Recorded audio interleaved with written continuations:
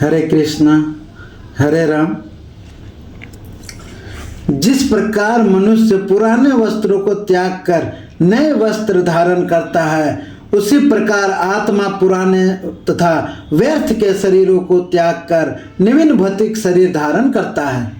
इसका मतलब है अनु आत्मा द्वारा शरीर का परिवर्तन एक स्वीकृत तथ्य है। आधुनिक वैज्ञानिक जन तथा जो आत्मा के अस्तित्व पर विश्वास नहीं करते, पर साथ ही हृदय के शक्ति साधन की व्याख्या भी नहीं कर पाते, उन परिवर्तनों को स्वीकार करने को बाध्य हैं जो बाल्यकाल के कुमार अवस्था और फिर तरुण अवस्था तथा वृद्धावस्था में होते रहते हैं।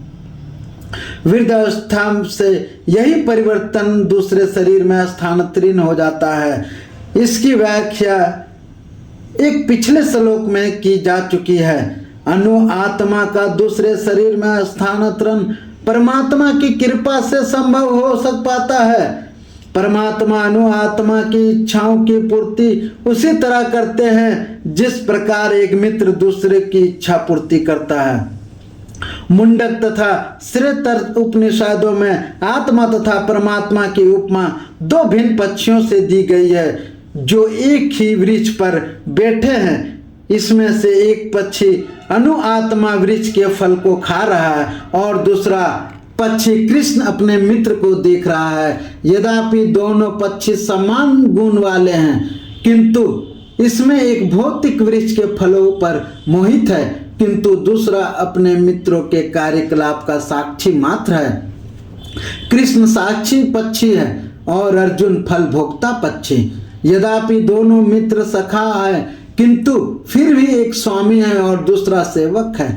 अनु आत्मा द्वारा इस संबंध की विस्मृति की उसके एक वृक्ष से दूसरे पर जाने या एक शरीर से दूसरे शरीर में जाने का कारण है। जीव आत्मा प्राकृतिक शरीर रूप वृक्ष पर अत्यधिक संघर्षशील है, किंतु जो वह दूसरे पक्षी को परम गुरु के रूप में स्वीकार करता है, जिस प्रकार अर्जुन कृष्ण को उपदेश ग्रहण करने के लिए स्वेच्छा से उनकी शरण में जाता है, तो स्वतंत्र पक्षी तुरंत सारे शोकों से विमुक्त हो जाता है।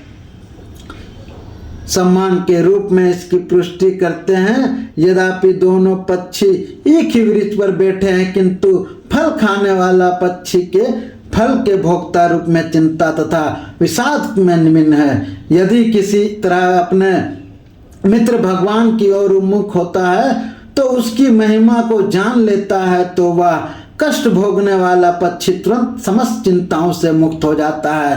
अब अर्जुन ने अपने मुख अपने शाश्वत मित्र कृष्ण की ओर फेरा और उनसे भगवत समझ रहा है। इस प्रकार वह कृष्ण के श्रवण करके भगवान की परम महिमा को समझकर शोक से मुक्त हो जाता है। यहाँ भगवान ने अर्जुन का उपदेश दिया है कि वह अपने पितामह तथा गुरु के देहांतन पर शोक प्रकट न करे, अपितु उसे इस धर्म युद्ध में अनेक शरीरों के वश करने में प्रसन्न होना चाहिए, जिससे वह सब विभिन्न शारीरिक कर्म फलों की में तुरंत मुक्त हो जाए। बल वेदी पर या धर्म युद्ध में प्राणों को अर्पित करने वाला व्यक्ति तुरंत शारीरिक पापों से मुक्त हो जाता है, उच्च लोक को प्राप्त होता है। अच्छा, अर्जुन को शोक करने युक्ति संगत नहीं है। इसमें बताते हैं श्री कृष्ण भगवान की जिस तरह हम वस्त्र चेंज करते हैं, उसी तरह ये शरीर मरने के बाद में नया शरीर धारण करते हैं।